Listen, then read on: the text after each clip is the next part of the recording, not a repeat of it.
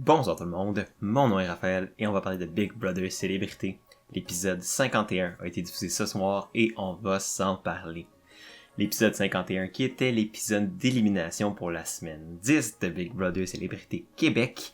Et on allait enfin savoir qui de Camille ou Jean-Thomas allait être éliminé et allait pouvoir avoir sa chance de participer à la rédemption pour pouvoir regagner sa place dans la maison immédiatement, mais aussi être immunisé pour la semaine prochaine et remporter un lingot d'or.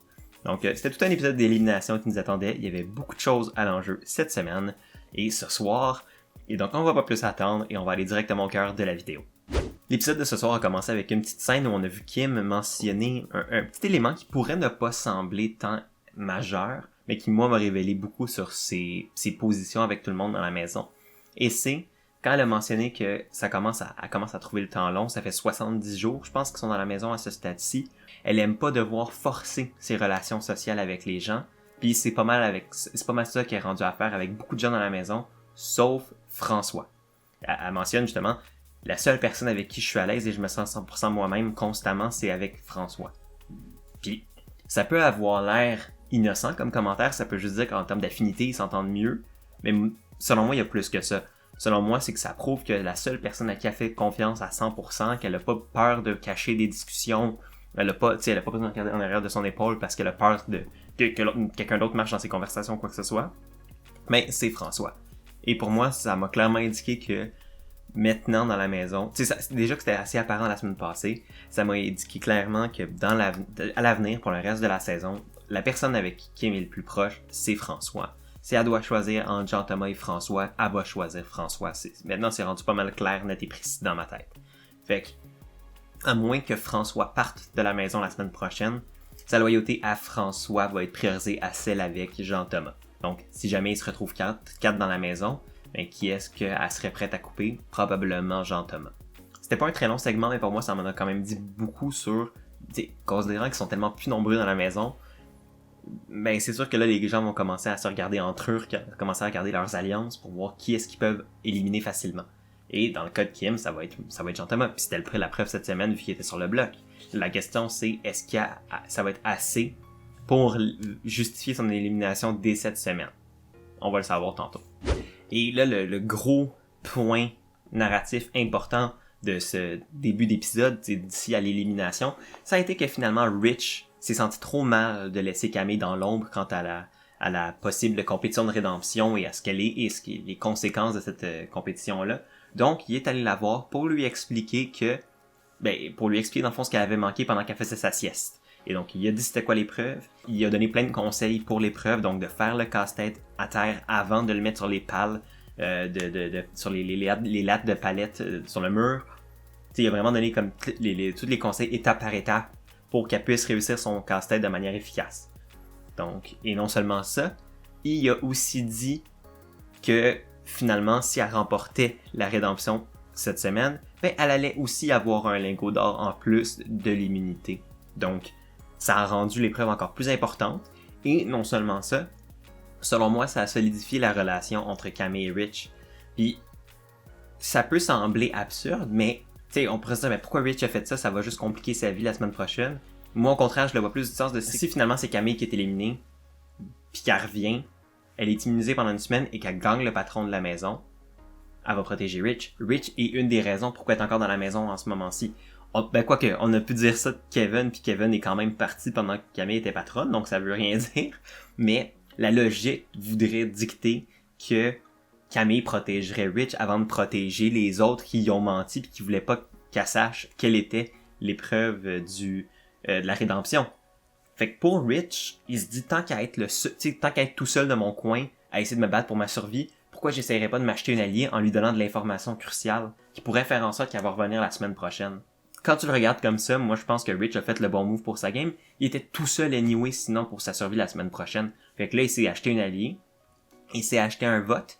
Oui, Rich peut se retrouver sur le bloc, mais Camille est assurée de ne pas l'être. Fait que si Camille remporte pas le patron de la maison, ben elle a un vote garanti qu'elle va pouvoir mettre pour éliminer la personne qui est pas Rich.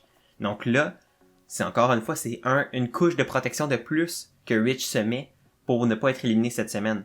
Donc, il s'est acheté un peu de marge de manœuvre. Est-ce que c'est assez de marge de manœuvre pour survivre jusqu'à la fin? Ça, on le sait pas encore. Mais à court terme, si Camille revient dans la maison, selon moi, le move de Rich va être le bon. Il va s'être acheté du temps.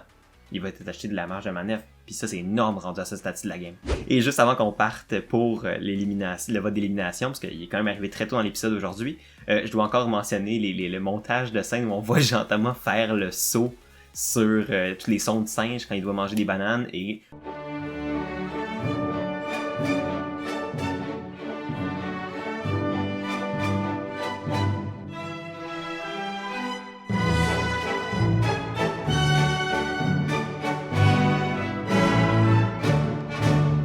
Notamment la nuit quand il doit aller réveiller Frank pour lui faire manger une banane à genre 3h du matin. J'ai quand même trouvé ça très drôle. Et donc suite à ça, on est allé directement à la cérémonie d'élimination. Donc c'était Jean-Thomas et Camille sur le bloc. Ils ont fait leur discours respectif. Camille a fait un discours très générique en disant qu'elle aimerait ça rester dans la maison. Elle a adoré son temps avec tout le monde et qu'elle veut revenir évidemment pour être là pour la semaine prochaine. Et Jean-Thomas a profité de son discours pour donner des compliments à tout le monde dans la manière la plus Jean-Thomas du monde.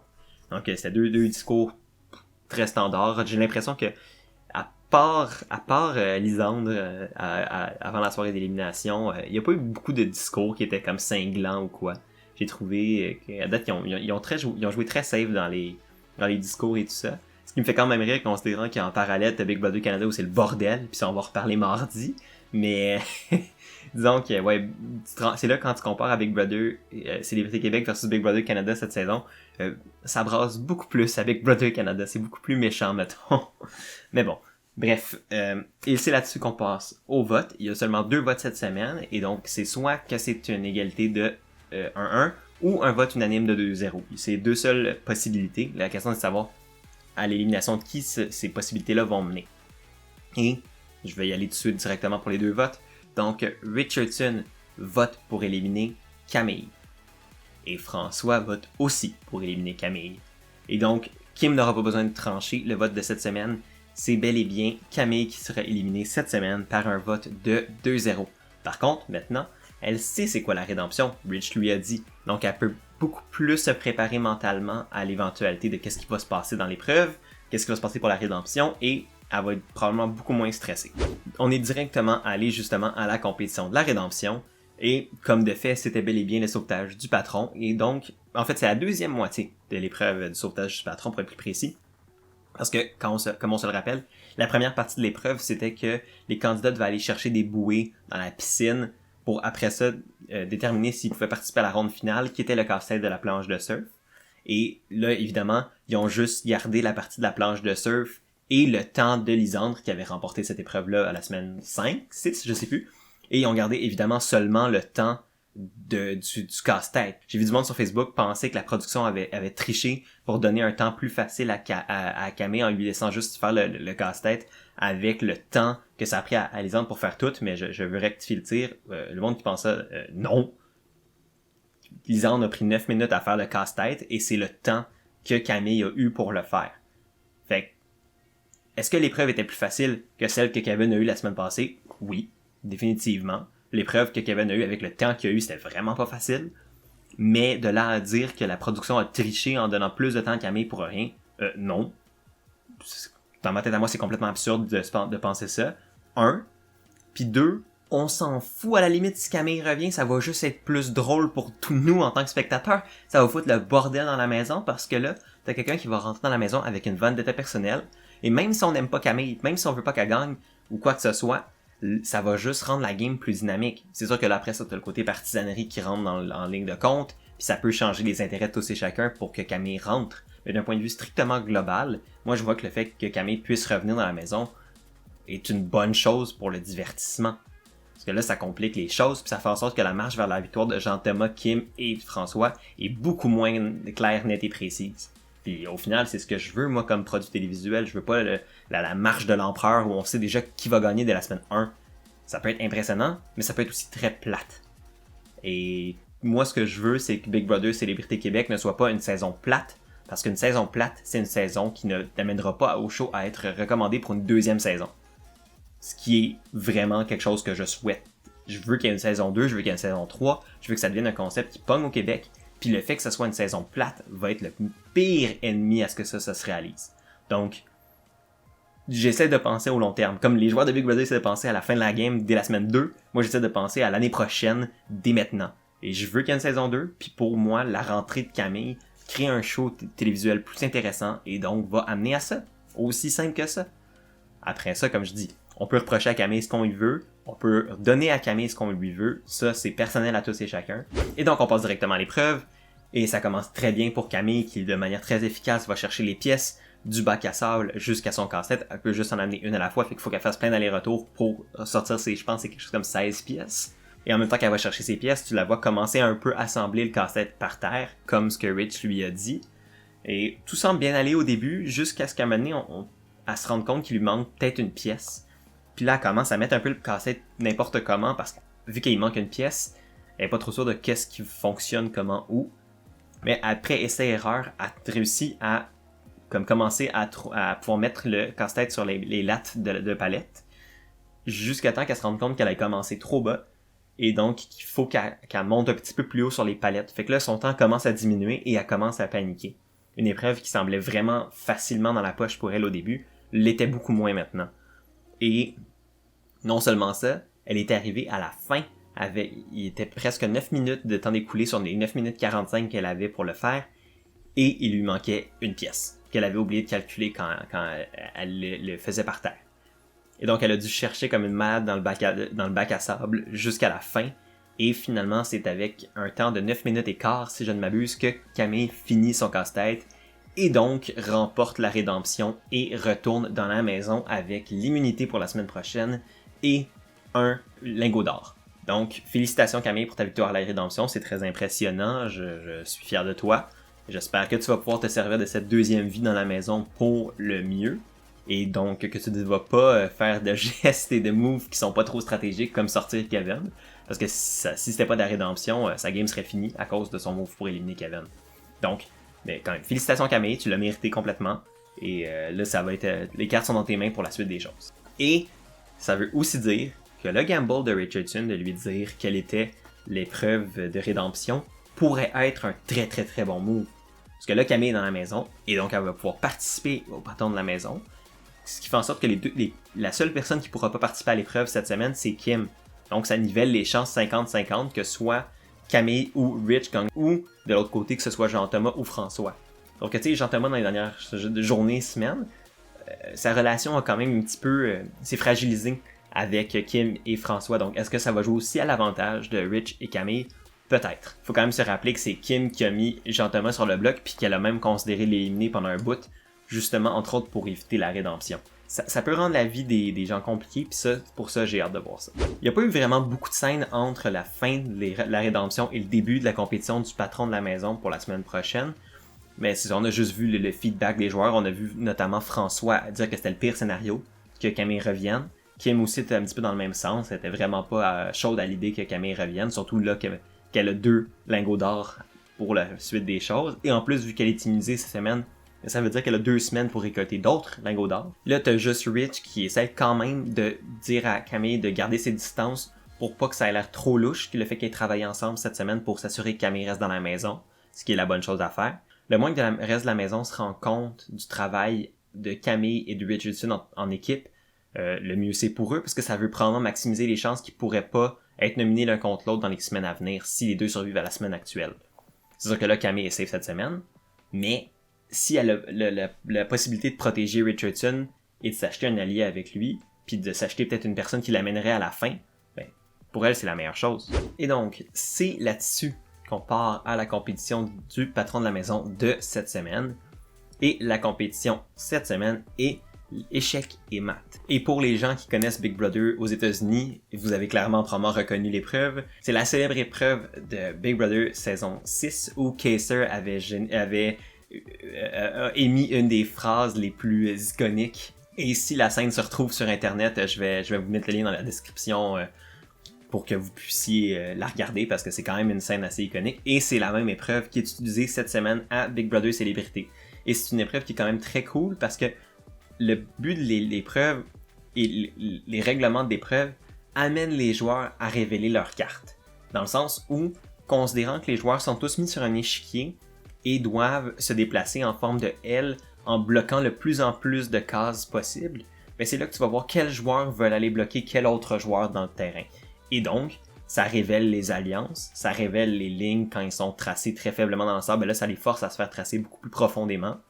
C'est sûr que là, rendu à ce stade-ci de la saison, il n'y a plus beaucoup de gens dans la maison et les lignes sont relativement assez claires, merci. Je vais résumer très sommairement l'épreuve. Dans le fond, tu as Rich, Jean-Thomas et François qui vont chacun se placer dans un coin et tu as Camille qui va se placer un petit peu plus vers le milieu. Honnêtement, je sais pas à quel point c'était la meilleure stratégie. En temps normal, j'aurais dit que c'est toujours mieux de pas trop se placer dans un coin parce que tu limites tes options puis tu peux facilement te faire bloquer par les autres. Mais en même temps, dans ce cas-ci, j'avoue que vu que tout le monde était anyway dans les coins, en étant au milieu plus vite, ben t'as plus de chances de te faire coincer par 3 personnes au lieu de juste une. Mais je suis pas un expert, puis j'ai pas vraiment pris le temps d'analyser chaque coup de tout le monde parce que ben, j'ai d'autres choses à faire. Mais là, on a vu Jean-Thomas et François travailler ensemble pour bloquer Camille et Rich. Surtout parce que, ben écoute, ils veulent pas que ces deux-là soient patrons de la maison cette semaine. C'est sûr qu'ils vont se retrouver sur le bloc, ou en tout cas il y a de très fortes chances qu'ils se retrouvent sur le bloc si c'est ce scénario-là qui se produit. Et donc, le jeu continue d'avancer, les joueurs font des moves de correct à bon, et t'as François de son côté qui sait pas trop ce qu'il fait parce qu'il a jamais touché un plateau d'échecs de sa vie. Et donc, il avait l'air de vraiment pas savoir ce qu'il faisait, ce qui était quand même drôle de voir François aussi pris au dépourvu dans quelque chose. J'ai quand même trouvé ça assez ironique et comique. Mais t'as Camille finalement qui est la première personne éliminée parce qu'elle s'est comme un petit peu mise dans un coin entre François et Jean-Thomas et elle a plus de move et elle a été éliminée en premier. Et le coup d'après, François a été éliminé par un move de Rich.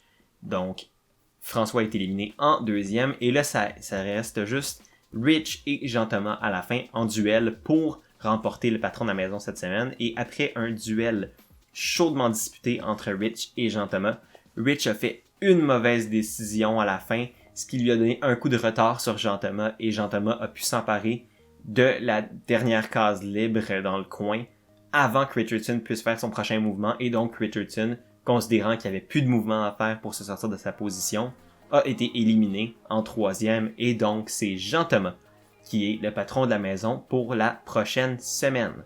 Donc il est passé d'être presque sorti de la maison à patron de la maison.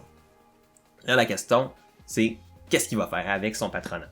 Et non seulement ça, il y avait aussi un enjeu de plus à la compétition du patron de la maison cette semaine parce que la personne qui remporte le patron de la maison, dans ce cas-ci Jean-Thomas, va devoir donner un lingot d'or à une des personnes dans la maison. Là, on va se dire, ok, ben le choix facile, ça va être qu'il donne soit à Kim ou à François pour s'assurer que ce soit pas dans les mains de Camille ni de Rich, vu que les deux sont déjà à 2 lingots. Par contre, rien n'empêche Jean-Thomas de faire un move très risqué et de le donner à Rich ou à Camille pour essayer de s'acheter de la faveur de leur part. Comme ça, si la semaine prochaine, ils deviennent patrons de la maison, ben, ils vont pas mettre Jean-Thomas en danger ou au moins, ils vont protéger Jean-Thomas pour une semaine de plus. Ça pourrait être une pièce de marchandage dans les mains de Jean-Thomas qu'il pourrait décider d'utiliser. Est-ce qu'il va le faire? Je sais pas. Je sais que Jean-Thomas est quand même assez loyal comme personne, donc je sais pas s'il serait prêt à faire un move aussi directement contre Kim et François. Mais on sait jamais. L'épreuve du patron de la maison nous a aussi appris une autre information, qui est que la rédemption va encore avoir lieu cette semaine. Donc ça serait très possible qu'il y ait 3 fois une semaine à 5 joueurs dans la saison. Ce que je trouve assez intense, ce que je trouve un peu étrange. Moi je pensais qu'elle allait juste avoir une fois la rédemption gagnée, après ça elle n'existe plus, la twist est finie. Mais non, malgré que quelqu'un l'ait remporté, la twist est encore en vie. Et donc, la personne éliminée par Jean-Thomas cette semaine pourrait très bien revenir dans la maison. Est-ce que ça va forcer Jean-Thomas à jouer de manière plus conservatrice? C'est très possible, parce qu'il voudrait peut-être pas avoir une Kim ou un François en maudit après lui qui revient dans la maison. Mais, encore une fois, Jean-Thomas était celui qui était au bas de leur alliance la semaine passée. Donc, c'est très possible que s'il se rend compte de son positionnement dans l'alliance, ben qu'il décide de juste faire un move pour aller au-dessus d'une alliance avec Camille et Rich.